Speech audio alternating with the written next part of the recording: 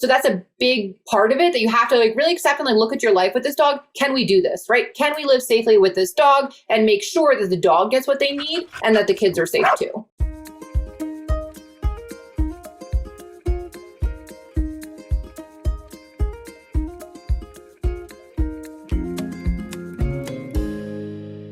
Hey, everybody. Welcome to another episode of Dog Sense. I am Kathy Santo, and I am here with my co-host, Sarah. Hey, Sarah. Hey, everyone. So tell me how cold it is. It's definitely getting there. It's definitely getting there. We got another snowstorm coming in tomorrow night. All right. It is 16 degrees in New Jersey. This is not the weather I want. Yeah. You guys might be colder than us. Yeah. I think I saw that and I'm like, Sarah is going to be so jealous because she would be doing all those snow sports while I'm huddled inside with the dogs. All right. So this episode, Sarah, is something that's very important to me as a parent. And I know to us collectively, because we have a lot of students who are parents with children, and it is children and dogs interacting. Yep, and all of the safety things that goes with that, right? So we're going to cover both how to teach your kids to be safe around dogs, right? And then also what we can do to help build a little bit of tolerance for our dogs and to make them be a little bit more comfortable around kids as well. And we can be a bit of a Scrooge on this topic, right? Because we sort of challenge everything that everybody grew up with, right? The nostalgia of dogs and children. And like, think of the Disney movies, right? The kids are hugging dogs and cartoons, and it's just something that you're up against really as a parent. Like your kid comes home and hugs your dog around the neck while your dog is like, I don't know, eating. And you're like, oh my gosh. Or you're not. You're like, oh, let me get an Instagram on this. And it's really dangerous. So we're going to just deep dive into this and know that we love you and your dogs and your children. And our main goal is not to be Scrooges, but to keep everybody safe. I don't think this episode would start the way I wanted it to if I couldn't tell the story of the Springer Spaniel. So I was open in Ramsey, my first year there as a school. And I had a student who I had seen 6 months earlier with her puppy. And I knew when I saw that puppy, it was going to be a little bit of a challenge for her. I saw an edge to it. Yeah. And after 3 weeks, she stopped coming to lessons. And I reached out to her, and her husband had been diagnosed with cancer, and it was just awful. So I'm like, all right, but when he gets settled, like, let me continue training this dog. I'll train it while you're in the middle of it, whatever. And life got in the way and she couldn't. Probably 7, 8. It was right after Thanksgiving, maybe 8, 9 months later. She came to the school. I was closed, and she knocked on the door, and she said that she needed help with the dog, that during Thanksgiving dinner, she was sitting at the table. The dog was at her side. She was standing on the leash, and her 5-year-old grandson, who lived in the house with her and had been raised with this dog, went to give the dog a hug for Thanksgiving. And the dog turned around and bit that baby's face. And he had 86 stitches to close it up. I know, right? Horror. And then it was a big family issue. Like the daughter wanted the dog put down, and they wanted to give the dog away. And so it was all this emotional stuff. And my first question to her was the dog in pain? Right. And she said, I can't believe you said that, because when I took the dog to the vet same day, it had a punctured eardrum, a cracked rib, and a massive ear infection. And I know that people are going to hear this and say, well, what kind of an owner was she that she didn't notice? But I want you to think about the holidays. And, you know, your husband has recovered from cancer and blah, blah, blah. And you're trying to just manage it, and you don't know dog pain signals, and neither does your 5-year-old grandson, right? And so things like this happen. So the end of the story is that they wound up keeping the dog, keeping the distance with the kid, and then eventually rehomed it with another family member who had more property and no kids. But these kinds of things happen every single day. And I want you to understand that it wasn't a bad dog. It wasn't a bad kid. It was just people whose management just fell apart and they didn't know. So we are here to prevent that from happening to you. And that's a really important thing too, right? Like it doesn't have to be an outright aggressive dog. This is a good dog. This is a dog who was raised with this family, with these kids, and he happened to be in an incredible amount of pain. And we know that dogs can hide their pain signals, right? They won't always tell us when something is really painful. They might have subtle cues, but again, if you don't know what you're looking for, you don't know that. So that's a really important thing to remember is doesn't need to be a dog who was always aggressive with your kid. It can happen from an injury. A tooth is infected or something, right? Something that you totally don't even know is there. And I tell people to think about if if your kid hugs you, you're even by surprise, you're like, oh, that's nice, right? But if you had a migraine, right, or you had something wrong with your back and they did it, your response would be different. Not as violent as what I talked about, but it would be different. And so again, we have to understand what the dog's point of view is and also educate the kids to never come up on a dog and grab them like that. All right. So Sarah, this is usually the point where people say, okay, great, I got a dog for my kid. Like, now what? But there are things that you can do. And we're going to talk about what you can do with your kids first.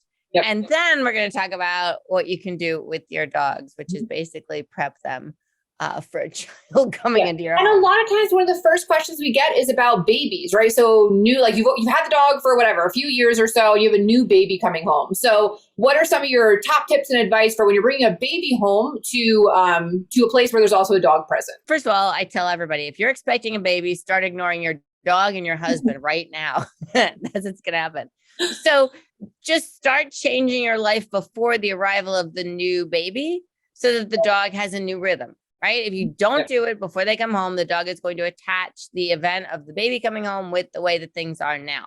I also do a lot of stuff with walking around holding a baby doll, maybe getting a diaper on that baby doll, working on commands, right? Do you have a good go to place command when you're sitting, like if you were nursing a baby? Right. Does the dog understand he can stay in a crate? When you're in the same room, your presence doesn't mean he can have access all the time, especially when you have a baby, right? It starts desensitizing the dog for sound. Listen, you know what happens when people have babies? A lot of people come over. If your dog is not used to that traffic, start having parties now. Get the dog used to it. Also, get them used to sleeping other places. Because listen, there might be a time when you're like, I can't handle this. Yep. And that's okay. But if you prep the dog before the event, you're going to have so many more options to give you the environment that you need and the dog the environment and the experience that he needs. And a lot of this, we're also going to be touching on what the media is portraying and how awful of an idea that actually is. So baby comes home. The first thing everyone wants to do is get a picture of their firstborn furry child with their firstborn real child, right? So we see this all the time. The dog's going up to sniff the baby's face, and all the trainers in the room and everyone who has had an incident happen where a dog bit a kid internally cringes, right? So talk about why that's such a terrible idea and other options that families can do. Well, most people, as you well know, don't understand dog body language. And if you, like you said, we should do a split screen of a dog trainer watching a video with somebody who's not a dog trainer watching a video. And this is going to be laughing, and then the trainer's going to be, somebody start my heart again. Because dogs will give signs that say, please stay away. And there's no need on God's green earth for your infant to lay on or go that close to your dog. I don't care if it's trained. I don't care if it's toothless. I don't want it to happen. Because ultimately, what you're raising this child to do is act this way to dogs. It's just like when people take their baby's hand and they pet the dog. And I know it's an extreme example, but are you giving your baby a knife to practice holding too? So when he's old enough to cut, he can cut? I don't think so, because it's dangerous. And it is dangerous. We say all the time, parents magnetize their children to dogs. They're petting every dog, they're doing, and then what happens when the baby is a toddler, they put them down on the ground. What does a toddler do? Run at the dog. And they happen to be eye level with most dogs. And then boom, then it happens. You're just setting yourself up for disaster. So what we like to say is teach your kid, wave at the doggy and pat the bunny in the book. Right. Remember Pat the bunny? Yeah. We or stuffed animals even, right? So you can pet the stuffed animals, right? You can hug your stuffed animals, but the real thing, we have to be careful about it and what you're teaching your child to do with the dogs. And speaking of what you're teaching the child to do, let's say people are like, all right, I'm not going to have my kids do this to dogs. But then what example do they set in front of the kids? Right. Laying on the floor, they're hugging the dog. If you want to make out with your dog, do it when the kids are in bed. I mean, that's just a general rule for life, right? Yeah, because they will mimic what you do. And the problem is, even if your dog, for the most part, is friendly and wonderful with your children, the neighbors' dogs or their friends' dogs could be a totally different situation. Exactly. And I don't know if you've not had kids, one of their hardcore lines is, well, that's what you do. Right. And so they're learning from you. Now, oh my gosh, let's talk about the other influence. Their friends. Yeah. Never forget. My kids had rules, man. Like when they went over somebody's house with a dog, they knew unless it was a student and I approved the dog, you could not touch it. And they would come home. I remember Lisa one time. She's like, oh, Madison's dog sleep on her bed and Madison can hug her dog. And I said, well, Madison's mom has different rules. And I'm sure she'll become a student very soon. And she did. Yeah. But you have to explain, you have to have these conversations age appropriate. Right. Why it's okay. A 3-year-old, you're just saying nope. Right. A 5 and 6 and 7 and 10-year-old, you're starting to talk about body language and personal space and things like that. So it is a progressive conversation. We encourage all our students when they come to body language seminars that we give to bring the family. Everybody should be watching with us. You got to teach them young.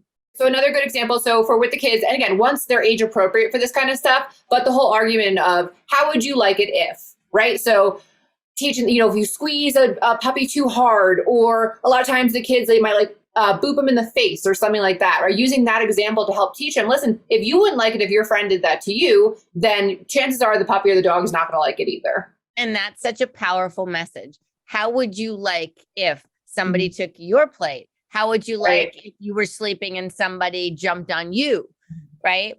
And of course, backing it up with the consequences that could occur. Again, I'm saying age appropriate. I'm not looking to terrify your child about your dog, but we need two things to happen. We need the families to understand the dangers and the dog's body language and to back off.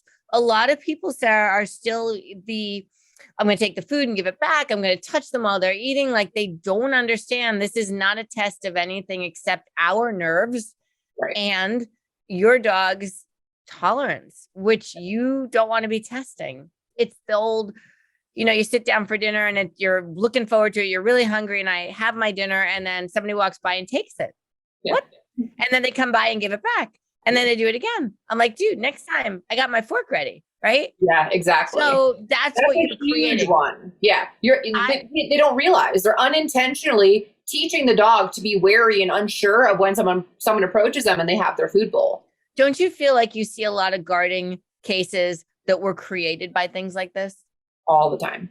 Yeah, me too. A lot. It's honestly, it's more rare for me to have a client with a dog who was predisposed genetically to guarding instead of it being something that was unfortunately and unintentionally taught. Whether it was the family was teaching and we now have a dog who guards his food bowl or his toys from people, or it's a 2-dog situation and they let the other dog steal his toy. Oh, it's so cute. They go back and forth. They trade toys. Unintentionally, that's another way that you can teach the guarding behaviors as well. It's an awareness. We got to get everybody on the same page. Yeah. So with learning and recognize the signs, we're going to do a shameless plug here. We do, for our online courses, we do have a body language course that you guys can access to teach yourself. We do say, try to find a reputable trainer in your area. Try to find someone who you can learn from in person. But if you don't have anyone local to you, we do have these courses available online. We'll put the link in the show notes for you guys for that, because it is just so important for you to understand what your dog is always talking to you. That's why, like, when we can see these videos, we know exactly when it's going to start to go south. When this, you see the viral videos of the puppy going up to, has a bone in its mouth and the baby's crawling towards it. Like, we know exactly when this is going to go horribly wrong. Yep. And you know what? When you get that body language, when you're in that course, you show it to the people in your circle, your babysitter, your husband, your wife, your best friend, anybody in your circle, your kids. Yeah, you show it to the kids. Absolutely. Educate. All right. So like you mentioned earlier, at this point, everyone's like, okay, well, I got a dog so that the kids could actually have fun and play with it and entertain themselves. So let's go through a few things. That first, we want to preface by saying all these interactions between your kids and your dog are supervised, right? They're never alone out back in the yard, because that's going to be when something terrible happens. Every single time. Yeah. And in my mind, like, people are going to ask, what age is it okay to leave your kid alone with the dog? I mean, it really depends on the kid, but I'm not looking at anything under double digits, right? I'm thinking more teenager. But even then, I've seen some teenagers who are like, oh my gosh. It depends on the kid and it depends on the dog, right? You know, both, like, right, as the owner, you know your kid's best and you know your dog best. You make the decision when they're probably okay to be alone together. And it's the human impulse control too. Can they not grab the dog? Can they not hug it? That's a big thing. And, you know, and also the dog's tolerance and its relationship with the kid. There's just a whole thing. We can't actually tell you, but these are things to look for. So now you have a dog and now you're thinking you should have gotten like a chia pet because we've ruined it, which we told you we would. But fear not, we have things that your kids can do. And one of them, to me, a great one is fetch. Now, before people say, my dog doesn't like to fetch, I don't care. Let's throw a cookie or a kibble, right? We can still get that game going back and forth. And the child is the one who's throwing. And I would like them to have multiple toys, right? Yep. So let's say it's a tennis ball. The child has 2 tennis balls. Yep. They throw one, the dog heads back with it, and they show them the second one and they throw it. If the dog doesn't head back with it, put him on a long line. If he still doesn't head back with it, do it in the bathroom. Like, you know, supervise, but make it happen. Yeah. And even using food too, right? So your kid has the bowl of food, you're supervising, standing right behind them, right? They toss the food, they tell your dog, get it. The dog goes, oh my God, this is so much fun. Goes chasing after the food, comes running back, right? Because the food came from the kid, right? So it's going to come running back to him. Then your son, your daughter, whatever, can practice throwing the treat again for the dog. That is super fun and interactive. You're burning off some physical energy for your dog, right? And you're creating that positive and appetitive response towards your kid. Not in a, whenever I say that, I'm like, I don't want them to think I'm like, oh yeah, your dog's going to want to eat your child now. But we're creating this positive, like this is a fun game that they're associating with your kid, playing it with them. That's hilarious. I never thought of that misinterpretation. Yeah, as it came out, I was like, that might not have come out right. So, all right, another big one is they want the kids to walk the dog. How would you suggest is the best way to go about doing that safely and making sure that we're not messing up the training that mom and dad are doing as well? Well, I don't think children should be walking dogs alone, period, paragraph, ever, until they're driving age. Right, exactly. Until they have their license. If they can drive the car, they can walk the dog. Theoretically. What I worry about is maybe not the skill level of the child, right? You train the child to walk the dog. You train the dog to be walked, right? And it's going well. And then out of the blue, a dog blows out of his fence and comes charging your kid and your dog, right? Have you prepared them? Are they prepared? Like, what's that going to look like? So to me, supervision is key. Supervision, I do not like risk, and yet I'm a dog trainer. I just would want to do everything to prevent that situation from happening. And here's the thing, and you know we hear this all the time, but my neighborhood is quiet and blah, blah, blah. Like, that's the definition of an accident. It's that rogue squirrel or that crazy bunny that came out of nowhere is not a part of that quiet neighborhood. And that's where the prey drive will take on. Your dog will take off. Wait, I had a student whose dog name is Yogi. She walked out of her front door down her little path to the sidewalk, and she happens to live on a corner. There was a pickup truck at the stop sign with a Roddy in it, with the window rolled down, who jumped out of it and went after her dog. I have a fun story about that too. Not even in the same area. This is bad. This is in Denver, right? The dog jumped out of the back of the truck, right? Because people drive around here with their dogs in the back of their pickup trucks. I don't know why. It's so dangerous. Please don't ever do that. But the dog jumped right out of the pickup truck, came after their dog. They were literally at a busy cross, like all traffic had to stop. It was an absolute nightmare. And again, that's something you can't prepare for that. You weren't expecting that. No one knew that was coming. And before anybody wants to talk about the fact that it was a Roddy, I love Roddies. Yeah. It's not the purpose of saying the breed was that's what it was. Could have been a poodle, could have been a chihuahua, could have been a doodle. But anyway, these things take you by surprise. And as an adult, you have a life experience to sort of lean into to help you get through something like that. Not well, but you can. But with the kids, they don't have it. So I'm not taking that chance ever. And you had a great explanation for that. So it was like, the dog could be wearing maybe a harness that your kid has a leash that's clipped to, but then you're holding the leash for the collar. That I think is an awesome exercise that families could do where, your kid can kind of feel like they're walking it, but that safety is there where you are holding the leash that's clipped to the collar. And, I came up with that when I was starting my program for young adults with autism, actually young children with autism. They wanted the feeling of walking a dog. And obviously we couldn't just hand the leash.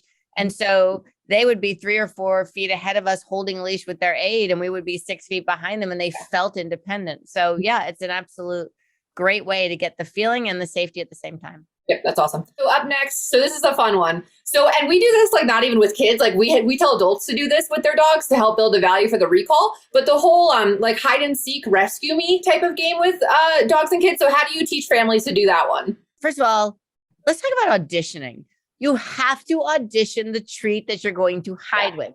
Yep. Many people have said, I had the best treat, and they hide or they give it to their dog and their dog's like, what is this garbage? Like, I don't want this. And they're like, oh no, right? So best you figure out something they've never had before, but they think is the best thing ever. Like bacon. Most dogs haven't had bacon. I don't mean the fake stuff. I mean the real stuff. And so I would have the parent hold the dog. I would have the child show the bacon. I'd have the child go maybe a foot or two around a corner, say the dog's name, let go of the dog. And then depending on the age of the child, he either drops it on the floor and says, get it, or he can throw it, ready, catch, or he can hand it to the dog if the dog has good impulse control and is good about taking food. So when people say, oh, but my kid is young and I don't want the dog to like grab his hand too hard, you can just have him throw it like he's feeding chickens. Yeah. Yep. That's a super fun one. And the dogs will get really into it. Like they'll start sprinting around the house to try to find the kids. That's a really fun one. I love that one. Yeah, and you can crank them up and teach them the name too, right? Like, oh, we're trying. And like, oh. Now I will say that we do not encourage you cranking your dog up for any other game. We don't want to see it with, where's daddy? Who's there? When the postman comes, when your garage door goes up, like don't do those things to your dog. But in the context of a training game, absolutely. Because it will give the dog brain workout and body workout because there is running involved and you can get creative. Kids can be upstairs. They can be in closets. Just remember where they hid. Yeah. Just in case your dog decides to abort the game and now you can't find the kid. So that was a ton of different great examples for how to safely have the kids and the dogs interacting with each other from kind of managing the kids' perspective. So up next, we wanted to talk about, so how can you set your dog up for success no matter what age they are and introducing them to kids? So first up is, so if we're raising a puppy who we want to love kids, whether we have children ourselves or we have family members with kids, whatever, we just want them to be good with kids. Some of the first things that a person with a new puppy who comes into their home, what can they do to help create that awesome exposure and proper socialization with kids? Separation, which sounds like, right? The child is in the pen and the puppy's in the pen, or the child is in the high chair and the puppy's in the pen. Like you cannot have your little tiny piranha puppy running around the house, biting at your child, because what's going to happen is your child's going to yell and run and the puppy's going to be like, this is awesome. It's like a litter mate. And you're going to create something you don't want. So we try in the beginning to establish that when you're around each other, good things happen, but you don't necessarily have to be intentionally interacting. I like to teach kids, like I remember Ryan, he was, I don't know, 2. When are they in high chairs? I can't even remember. He's in the high chair and Opal, my golden at the time, she would sit in front of the high chair. I'd give him a bowl of Cheerios. And if she would sit, he would throw it and he would say, get it. Or I would give her a hand signal behind him and then he would throw it. So it created this idea that he was a Pez dispenser as well. And doing things for him, it gave her things as well. So that was a really biggie. And I think it's opposite of what people think.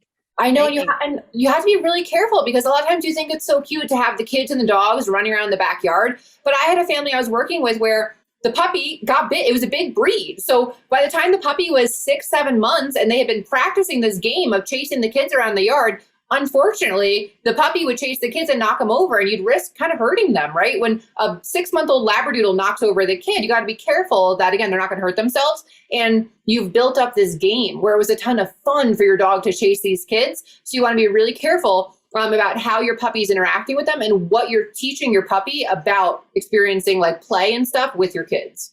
I don't think people realize, like they see a puppy chasing a little kid, right? And the kid's running and laughing maybe. And in the beginning, they're laughing, right? Laughing after long. But I think, Sarah, I think it's the equivalent of like you running and a big sheep chasing you, right? That's going to hurt if you get bumped or run into, right? And it's really not an Instagram moment. Right. It is a step on the long line that, oh God, please tell me you have on your puppy. Yep. And don't let it happen. So your good management of your puppy, which I think we have podcast episodes on managing your puppy. Your good management of your puppy is imperative when you have a child in the home. And you're bringing in a puppy, maybe before the puppy gets there, you're doing the education, depending on the age of the child. This is so a lot of times, So we get into so let's say it's a family, they don't necessarily have kids in the home, but they still want to practice this. They've got, cousins or something with young kids, they want to practice this. So some of the things we say, go hang out at playgrounds, right? Any of the puppies that I'm raising for families, we're going to playgrounds. We're hanging out around the outside. We're rewarding calm behavior. When the kid goes running by, we're not letting the puppy chase after it. If some kids approach and they want to say hi, we'll do it nice and calmly, stand on a leash. We'll start to introduce them to kids, both in the context of just watching the kids, listening to the screaming, listening to the running, the parents yelling, everyone running around in circles, the noises that's all going on in a playground, things like that. And then also if the kids approach, we'll then let them say hi, 5-10 seconds at a time, call them back to us. But we'll do that kind of proper socialization with them, right? The right kind of exposure to help them understand kids are awesome, right? Nothing to be worried about. A lot of times the size of the kids can freak dogs out because all of a sudden the puppy's only seen adults. All of a sudden there's this alien human at eye level. That can be a lot for a puppy to get used to. So hanging out around the outside of playgrounds or school time when the kids are let out, or recess, that kind of thing, are great opportunities. If you don't have kids, within your immediate family that you can practice with, that's a great way to get some exposure. And you could even do that with a puppy in your lap in a parked car with the windows down. So we can create distance. And I want people to understand that they should be rewarding the puppy for calmness. Yeah. I don't want to give them food when they're, I want to see you bouncing around, right?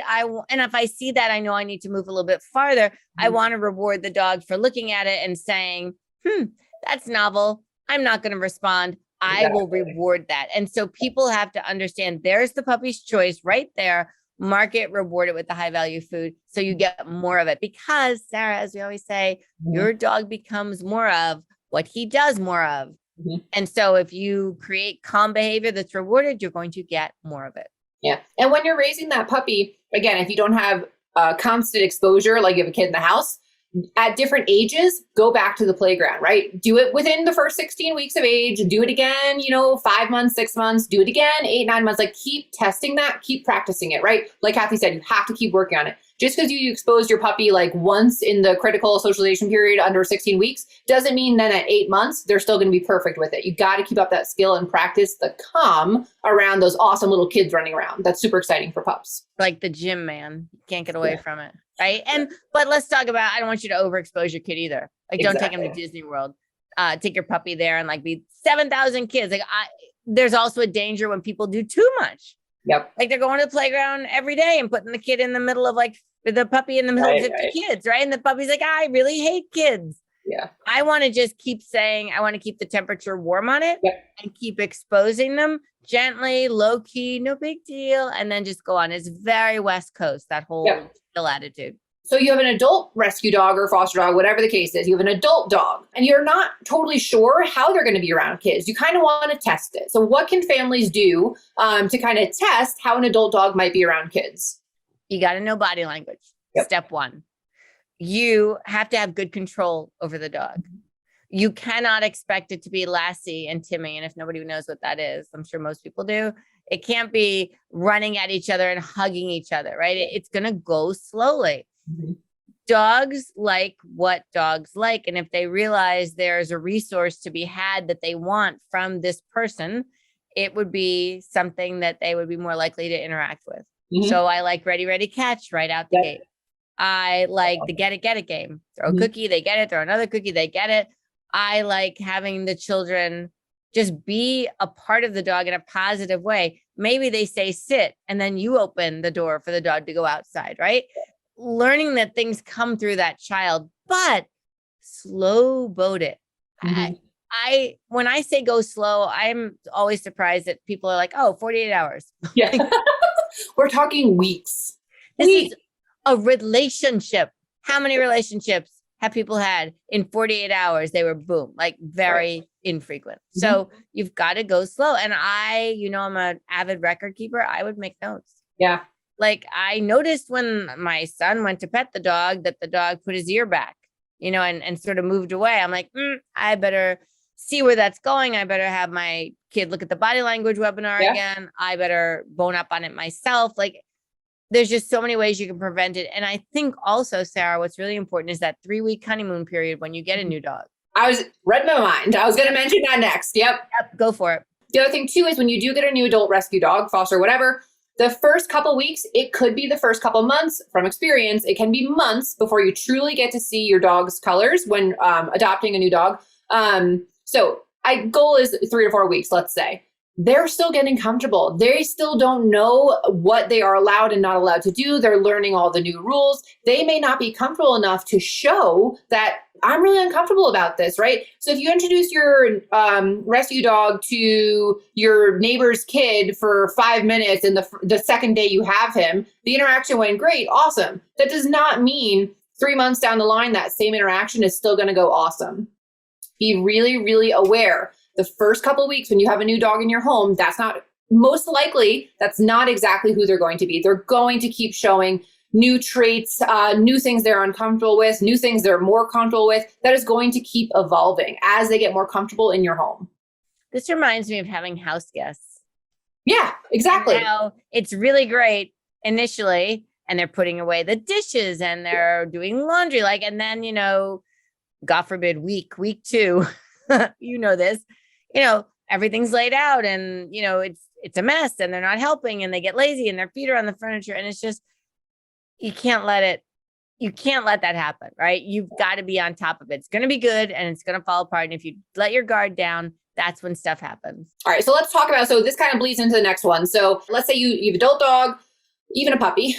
You've done those first introductions and every time you kind of got that feeling in your gut, the body language wasn't great. Your dog was nervous. They were scared. They were trying to pull away. They wanted nothing to do with the kids. What would you do next if a client came to you with that? If a client came to me, I would want video. That's my first thing. Even before the lesson, send me video. I want to see what this looks like because typically, Sarah, they come to us saying, oh, my dog won't play with the kids. And we're like, oh, we'll get a video. And then you see it and the dog is terrified and the kids are inappropriate. And it's just because they don't know. Or our first thing is always, have you taken them to the vet? Yep. Oh, look. Always better rule out medical. Yep. They have an issue because we can't fix things if your dog is in pain. And that's why he's responding that way. We have found that dogs have been getting teased and the parents don't know it. Like they're sticking things through the crate bars. Maybe a kid is walking by and they're sticking a stick through the fence. Mm-hmm. Lots of times that happens. And also you don't know the history of that rescue dog. Mm-hmm. They tell you what it is, but they might not even know what it is. Yeah, exactly. Just massage it. They're always great with kids. We hear that all the time, and then it's a bite case. So that's what I want. I want to see a video. Then we have a sit down and we talk about, are you committed to this dog? Because let's be realistic. If their commitment is not to getting this to be better, there's going to be a bite and then the dog is going to be taken out of the home. Right. So we have to talk about, here's the plan. It's probably better management. It's probably better training. It's probably going a lot slower than they're going right now. And it's also looking at other factors, especially the medical. And is the dog getting exercise? And what's the dog day-to-day life? There's so many things. So we tell people, if you don't train with us, and you can actually online train with us now through the portal. But if you can't do that, then you need to find somebody in your area to work this stuff through because it is very serious. Yeah. And another thing too is when we do that initial sit down, we talk to them, hey, listen, is this even a case where the dog can live safely with you guys, right? If you have 6 kids that are all under 10 and you have a dog who has maybe they already bit, God forbid, maybe there's already a case where their fear turned into aggression. If you can't manage this properly, there are other options. We may need to talk to the rescue, see if there's a better home for this dog, that kind of thing. Those things have to be considered though, right? Because it's not fair to have this dog live in a constant state of stress and anxiety and fear being around that many kids. If for whatever reason, whether it's something that happened to him or just temperament and genetics, he's not comfortable around children. So that's a big part of it that you have to really accept and look at your life with this dog. Can we do this, right? Can we live safely with this dog and make sure that the dog gets what they need and that the kids are safe too? Right. Because even if they have that commitment to it, it may be like a bad marriage. It's just not going to work. It's somebody's amazing dog. It might not be your dog. And again, you need expert guidance on this. From a training perspective, what we would do with those families is, again, the video. We need to see the body language. We need to see, what is that dog telling us? Is it true aggression? Is it fear? Is it just a little bit uncomfortable? Does it need, like what you had talked about, its bucket, it's too full. We talk about the bucket all the time. If the bucket's not being properly drained and your dog's just too stressed out to be able to handle this, we can fix that kind of stuff by teaching you how to biologically fulfill your dog, mental and physical exercise, that kind of thing. A lot of times we'll talk about muzzle training too. All my dogs are muzzle trained, right? They love if I hold that muzzle out, my Nev will come sprinting across the room, leap over a couch to stick her nose into that little muzzle because she knows there's a hot dog on the other side of it, right? So muzzle training can be another way to also safely start to introduce your dog back to the kids, kind of see if we build a little bit more tolerance. That's another option. There's a ton of different training stuff that we could do, but a lot of times it's building tolerance, it's management, it's advocating for the dog, right? Making sure that the kids aren't swarming them at the park, right? We don't want to put the dog in a situation where they're going too far past threshold. And sometimes dogs can be triggered by past events, right? And they had an experience with kids that you don't know about. And we just have to decide if this is something that's fixable within your life and within this dog's psyche. And sometimes, very rarely, but sometimes it's just not a good match. So, but like I said, you definitely have to work with somebody if you're at that level. Yeah, absolutely. Some takeaways from this episode. So if you guys want to learn more about body language, you can head over to the website, kathysantodogtraining.com, hit the train online button, go check out our small bite courses. We'll link that in the show notes as well. And then as always, if you enjoyed this episode, we'd love for you to like, rate, subscribe, tell a friend, share this episode with any of your friends or family that have kids, right? Your neighbors. If you're on like the PTO board or something, like share this podcast episode with them so we can get to as many people with kids and dogs as possible. Our mission with this podcast is to continue creating an awesome community of dog lovers and learners. All right, guys. So thanks again for joining us, and we'll see you on the next episode. Bye, guys.